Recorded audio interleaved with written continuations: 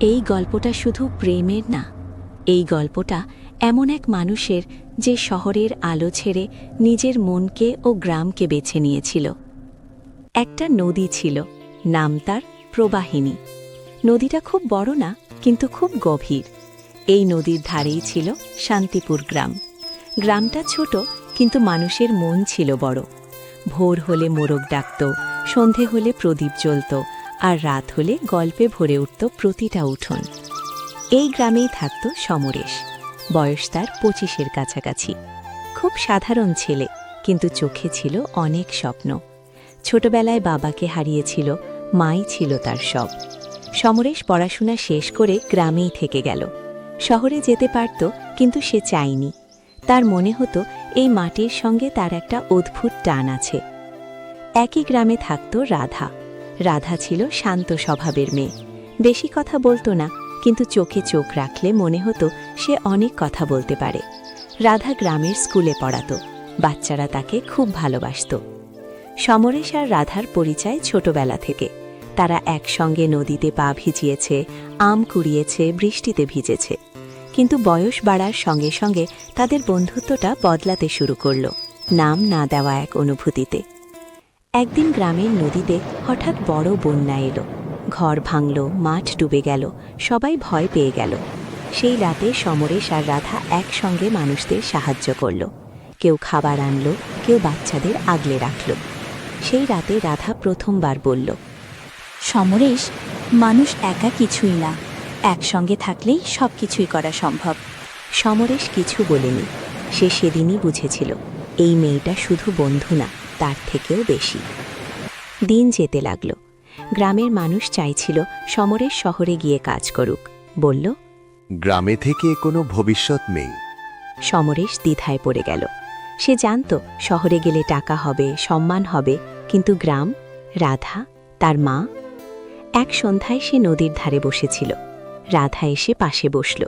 অনেকক্ষণ চুপ করে থাকার পর রাধা বলল, যদি চলে যাও আমি আটকাবো না, কিন্তু মনে রেখো, নিজেকে হারিয়ে ফেলো না।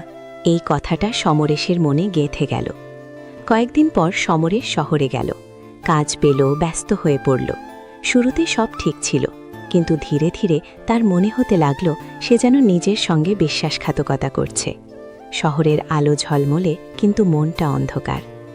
একদিন খবর এলো রাধার মা অসুস্থ, গ্রামে সমস্যা। সমরেশ ছুটি নিয়ে ছুটে এলো। গ্রামে ফিরে সে দেখল সব আগের মতোই আছে, শুধু সে বদলে গেছে। রাধা তাকে দেখে হাসল, কিন্তু চোখে ছিল ক্লান্তি। সেই রাতে সমরেশ মায়ের কাছে বলল, আমি আর শহরে ফিরব না। মা কিছু বলেনি, শুধু মাথায় হাত বুলিয়ে দিল। পরদিন সমরেশ গ্রামের মানুষদের নিয়ে কাজ শুরু করল। চাষ, ছোট ব্যবসা, বাচ্চাদের পড়াশোনা। রাধাও পাশে ছিল। তারা কথা দিল একসঙ্গে থাকবে, একসঙ্গে লড়বে। একদিন নদীর ধারে দাঁড়িয়ে সমরেশ বলল, রাধা, আমি জানি না ভবিষ্যৎ কেমন হবে, কিন্তু আমি জানি তুমি থাকলে আমি ভয় পাই না। ভবিষ্যৎ জানার দরকার নেই, বিশ্বাস থাকলেই হয়। নদী বয়ে চলল, যেমন বয়ে চলে মানুষের জীবনও। সমরেশ আর রাধার সিদ্ধান্তের পর শান্তিপুর গ্রামও ধীরে ধীরে বদলাতে শুরু করল। বদলটা হঠাৎ নয়, খুব নীরবে, যেমন ভোরের আলো আসে, কেউ টেরও পায় না। সমরেশ গ্রামের পুরনো খালি গোডাউনটা ঠিক করল। সেখানে ছোট একটা কাজের জায়গা বানালো। কেউ চাল ভাঙে, কেউ পাটের দড়ি বানায়, কেউ আবার বিভিন্ন আচার বানিয়ে বাজারে পাঠায়। প্রথম দিকে মানুষ সন্দেহ করেছিল, এসব করে কি চলে? সমরেশ হাসত, বলতো, চেষ্টা না করলে জানবো কি করে। রাধা স্কুলের পড়ার পর বিকেলে বাচ্চাদের নিয়ে বসত। শুধু বই না, সে শেখাতো মানুষ হওয়া।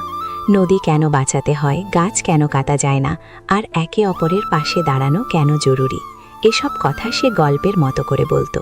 বাচ্চারা বাড়ি ফিরে মায়েদের বলতো। সমরেশ দূর থেকে রাধাকে দেখত। কাজের ভিড়েও তার চোখ খুঁজে নিত সেই পরিচিত মুখটা। তাদের মধ্যে এখন আর আলাদা করে কিছু বলার দরকার হতো না। রাধার ক্লান্ত মুখ দেখলেই সমরেশ বুঝে যেত আজ বেশি কাজ হয়েছে। আর সমরেশ চুপচাপ থাকলে রাধা জানত তার মনে কিছু চলছে। একদিন সন্ধ্যায় আবার নদী ফুলে উঠল। বন্যা না হলেও জল বেড়েছে। গ্রামের মানুষ ভয়ে ছিল, আগের স্মৃতি এখনও টাটকা। সমরেশ তখন সবাইকে নিয়ে বাঁধ মেরামত করল। কেউ কেউ বলল আগে এমন করে কেউই পাশে দাঁড়াতো না। সেই রাতে রাধা নদীর ধারে এসে দাঁড়ালো। বাতাসে চুল উঠছিল। রাধা বলল, তুমি জানো তুমি বদলে গেছো। সমরেশ একটু হেসে বলল। খারাপের দিকে? রাধা মাথা নাড়ল। না, নিজের দিকে। এই কথাটা সমরেশ সারা রাত ভাবল। শহরে থাকলে হয়তো সে আরো বড় কিছু হতো, কিন্তু নিজেকে পেত না, এটা সে বুঝে গেল। দিনের পর দিন কাটল। গ্রামের মানুষ ধীরে ধীরে স্বাবলম্বী হতে লাগল। বাইরের লোকজন আসতে শুরু করল শান্তিপুরে। কেউ বলতো এই গ্রামটা আলাদা লাগছে। একদিন রাধার মা সুস্থ হয়ে উঠল। সেই সন্ধ্যায় রাধা প্রথমবার সমরেশের পাশে বসে একটু কাঁদল। বলল, সব সময় শক্ত থাকা যায় না। সমরেশ কিছু বলেনি, শুধু রাধার হাতটা ধরে রাখল। সেই ধরার মধ্যে কোনো প্রতিশ্রুতি ছিল না, ছিল ভরসা ও ভালোবাসা। কয়েক মাস পর গ্রামের উৎসব এলো। প্রদীপে ভরে গেল উঠোন, ঢোল বাজল, হাসিতে ভরে উঠল বাতাস। সেদিন সমরেশ মায়ের সামনে রাধার কথা বলল। মা শান্ত গলায় বলল, যে মেয়েটা তোমাকে মানুষ বানিয়েছে তাকে নিয়ে আমার কোনো আপত্তি নেই। নদীর ধারে ছোট করে আয়োজন হলো। কোনো বড় কথা না, কোনো ঘোষণা না, শুধু দুটো মানুষ পাশাপাশি দাঁড়িয়ে একই নদীর দিকে তাকিয়ে রইল। যে নদী তাদের শৈশব দেখেছে, ভয় দেখিয়েছে, আবার পথও দেখিয়েছে। রাধা ধীরে বলল, আমরা কি ঠিক করছি? সমরেশ বলল, ঠিক ভুল জানি না, কিন্তু এটা আমাদের পথ। নদী তখনও বয়ে চলেছে, কখনো শান্ত, কখনো অশান্ত, ঠিক মানুষের মনের মতোই। আর শান্তিপুরে থেকে গেল আরেকটা কথা, সব পথ দূরে নিয়ে যায় না, কিছু পথ মানুষকে নিজের কাছেই ফিরিয়ে আনে। সব স্বপ্ন আকাশে থাকে না, কিছু স্বপ্ন মাটিতে দাঁড়িয়ে বাঁচে। যে পথে ভালোবাসা আছে সে পথ কখনো ছোট হয় না। জীবন নিশ্চিত না হলেও বিশ্বাস জীবনকে এগিয়ে নিয়ে যায়। বিশ্বাস থাকলে অচেনা পথও আপন হয়ে যায়। তো ছোট্ট বন্ধুরা, গল্পটা ভালো লাগলে লাইক, শেয়ার আর সাবস্ক্রাইব করতে ভুলবে না।